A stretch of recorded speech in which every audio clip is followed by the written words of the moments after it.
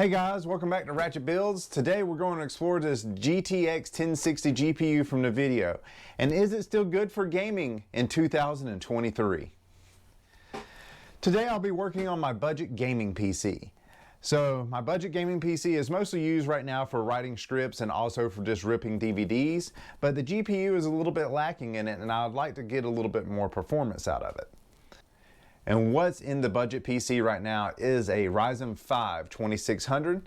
We've got a 500 watt power supply.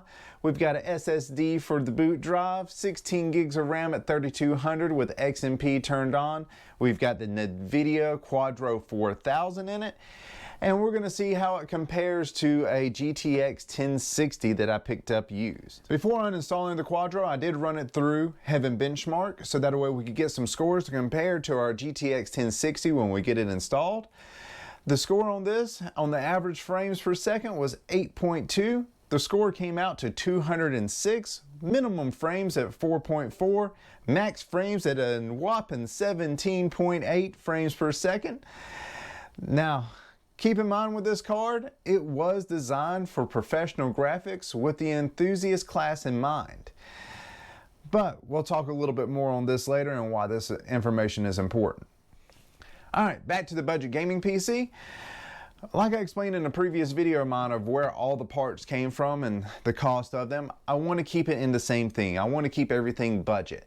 So whenever I was sourcing a graphics card, I wanted to find something that was cheap but still better than what I had. I came across this 1060 here. This is the 6 gigabyte model, DDR5, which means that it came around the 2018 time that this card came out. And I want to know, can it keep up with the modern games that we have, or at least the games I play? Just like many PC enthusiasts, I am guilty of seeing the new cards come out when they hit with those buzzwords of the new performance and so much better, of feeling like my hardware is getting out of date and that I need to keep up with times and I need to buy this new hardware. But is that really true? Most of my screens I game at 1080p. Do I really need the newest top-end card to continue gaming and still have a good time? Now in the case of my budget gaming PC here, yes, this Quadro 4000 is just not keeping up anymore. It is very hard to run games on, and also the drivers have been dropped for it. Finding drivers for this, I have them backed up on my server in case they're ever lost so I can reload them. So upgrading to something like a 1060 for a little over $100 might be the way to go. From that, let's get this actually put into the PC and test it out and see what it can do. But first, I want to give it a good cleaning, take it apart, apply some new thermal paste to it, so that way we give this card its best chance of the best performance it can put out, especially with it being used. Oh dear, you have failed the right check. You must now face the consequences.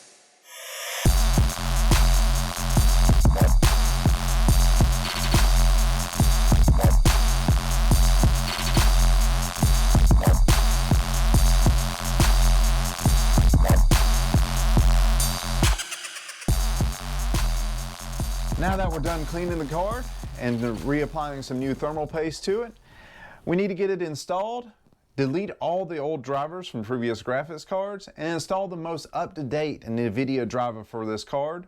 And then we're going to start running some benchmarks in Heaven and see what it can do. And wow, look at the performance difference that we have against the Quadro. This card ran at an average of 134 frames per second, a score of 3,388, max frames at 267, and a minimum frames of 38. That is a lot better than this little Quadro was doing. But I want to give it its best chance for the best performance. So let's go here into the NVIDIA control panel and change some settings. So what we're going to do first is we're going to move over here to our NVIDIA control panel and get it opened up. We're going to make sure we're going to the Manage 3D settings. We're going to scroll down and find our power management section, and we're going to put that onto Perform Max Performance. Next, we're going to move down to our, texture filter quality. We're also going to change that to high performance on that. And then we're just going to apply the settings, and then we're going to rerun this benchmark again.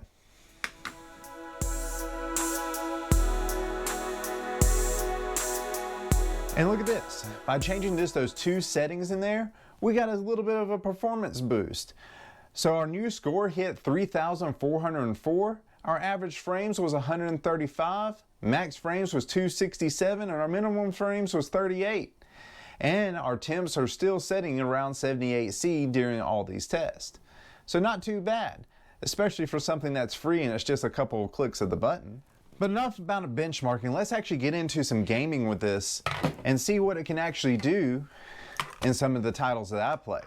The first one we're going to boot up is going to be Shadow of the Tomb Raider. So first thing we're going to do is go in here and we're going to change our graphic settings. These are the settings that I'm using. I did make sure that it was set in 1920 by 1080.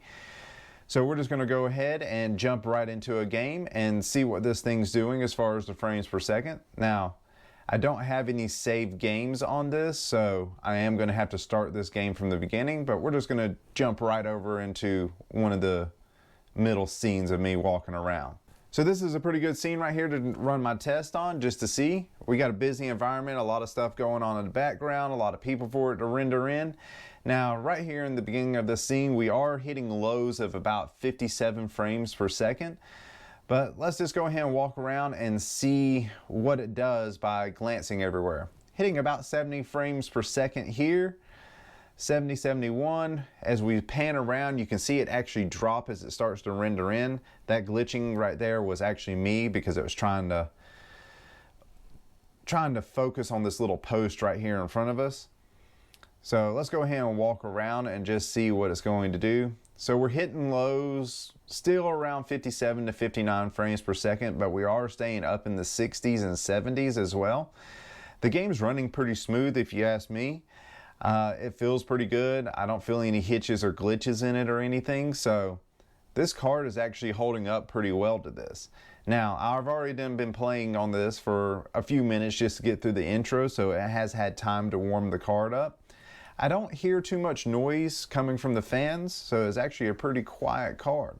So in the Shadow of the Tomb Raider, I'm pretty impressed with the performance. I don't have the settings on the highest setting that it can be, but I also don't have them on the lowest either.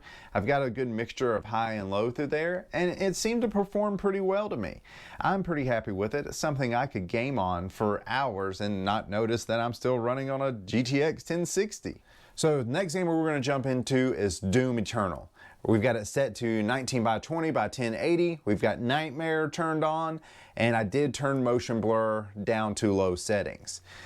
Jumping into the game right off the bat, I do hit some lows of about 40 frames per second, but it quickly evens out to around that 60 to 75 frames per second while I'm running through the map. Now, where I'm really interested in is where we start getting a whole bunch of people coming in and trying to fight us, on how well this card is going to hold up to that. So, jumping into the next scene here, we've got some people running at us, and just jumping and fighting against them. I don't see any drops coming really into my screen here. Everything seemed to be running perfectly fine. It's nice and smooth. This card is doing great in a newer title like Doom Eternal. Now, I don't have any of the newest title games to play, so I can't test those. I'm testing mostly ones that I enjoy playing. But for the performance of this card for $100, you cannot beat it. It would not be worth going out and, or at least to me, it wouldn't be worth going out and spending $700, $800 on a newer graphics card when this is running perfectly fine. Now, if I was rendering videos and was doing a lot of editing on this rig, yeah, I might want something a little bit better, but I might even try to run some tests with editing just to see what the performance is. Next title we're going to play is Valheim. I personally enjoy this game. We're just going to jump right in and start running around. And what I noticed right off the bat is, like, we've got some pretty low frames. I'm talking about 36 frames per second, 40 frames per second. And I also noticed just running that I already started feeling some glitches and hitches when I'm running, like I'm jumping across the screen sometimes. So I feel like the frames per seconds are actually getting lower than what it said. So I'm going to go in here and actually adjust some of the settings here. And what are we setting on? We're setting high on everything. So first thing I'm going to do is turn down my draw distance so that way it's not loading in so much. We're just going to go to medium on that. My shadow quality, I'm going to take that down to medium. And we're also going to take the active point lights from very high to just high. And then we're going to just go ahead and restart and see what that changes. And instantly we are already starting to hit 75 frames per second, hitting down into the lows of what looks like about 65 to 69.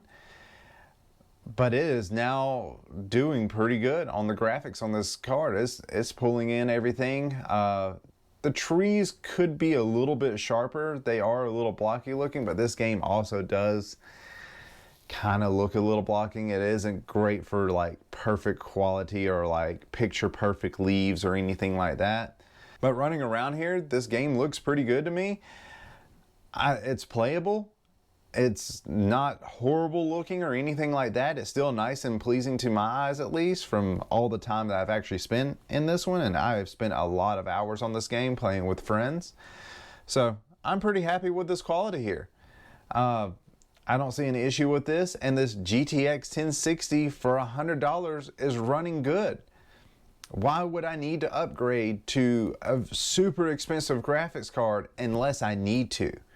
And that's what this whole video is mostly about, is if you don't have an issue with running the games that you're playing right now, there's no reason to feel like you need to upgrade to that next card. And there's no reason to feel like I've got to spend this money because I'm falling behind on times. When some of this older hardware runs perfectly fine on some of these modern games, especially if you're like me and you're still running 1080 screens. Now, if you're starting to get into the 1440 and 4K and stuff like that, and that's what you want to do, then go ahead. I'm not saying don't do that, but I'm saying for us budget gamers who don't want to spend an arm and a leg for like a 4090 or a 4080 or anything like that, these older cars still work perfectly fine.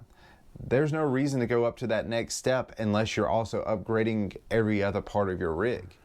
But if you like this video, please like and subscribe down below. Leave me a comment on what you think about it. And also, if you can, go check out my last video on this budget gaming PC. Whenever the power supply blew up and I had to replace it with one of my backups, which is still running in the PC and I haven't changed yet, but that is coming. Until next time, y'all have a good day. Thank y'all for watching. And I'm going to play a few more games.